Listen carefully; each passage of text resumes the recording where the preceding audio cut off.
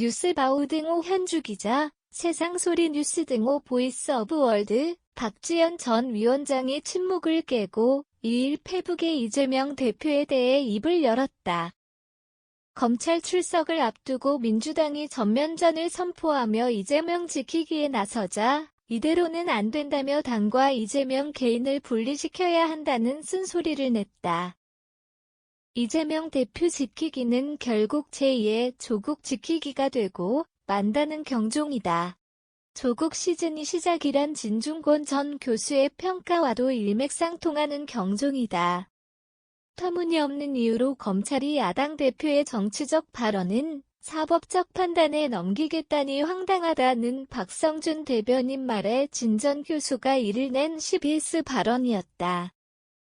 이 대표 형사사건 발언을 정치적 발언에 대한 표현의 자유탄압인 것처럼 지금 거짓말을 한다.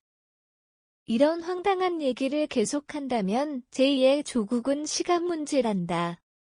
달리 박지원 전 위원장은 허위사실 공표 혐의로 이재명 대표를 소환한 검찰을 정조준했고 이번 검찰 출석 요구를 여권의 정치보복 개시로 일단 규정했다. 그는 대신 3년 전 서초동 조국 수호 집회를 소환했다. 이 집회를 주도한 세력이 극렬 팬덤 단체였고 이재명 소환 규탄 집회를 연다는 점에 주목했다. 역사는 되풀이된다는 지적이다. 조국 사태로 정권을 내주는데 혁혁한 공을 세웠던 극렬 팬덤이 다시 이재명 사태를 키운다는 뼈아픈 말이다. 교훈을 잊지 말라는 박 전 위원장 질책이다. 같은 실수를 반복해선 안 되는 이유가 왜 조국 가족만 가혹하게 수사하냐고 따지다 정권이 훅 갔다는 얘기다. 맞불 놓는다고 왜 김건희 여사와 대통령 장모는 봐주면서 이재명 대표만 부르냐고 따지다간 여권 술책에 말리는 우매함과 오를 다시 저지른다는 얘기다. 냉정하자. 이럴 때일수록 국민을 믿자. 당당히 수사에 임해 의혹을 씻자. 마침표 이재명 대표 검찰 소환에 응해야 한다. 집회 중단하고 민생 집중하자. 3년 전처럼 검찰 서초동 집회 규탄 소환 이런 단어들이 신문 일면을 장식하는 한 민생도 개혁도 협치도 모두 물 건너가는 어리석은 우를 다시 범한다. 잘못의 크기나 권력의 크기는 중요하지 않다. 그는 법 앞에 겸손한지 법이 모두에게 공정한지 작은 잘못이라도 있는지 없는지가 중요하다 강조한다.